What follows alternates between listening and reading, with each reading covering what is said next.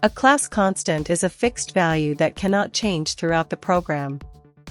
Constants are declared using the const keyword and are implicitly static.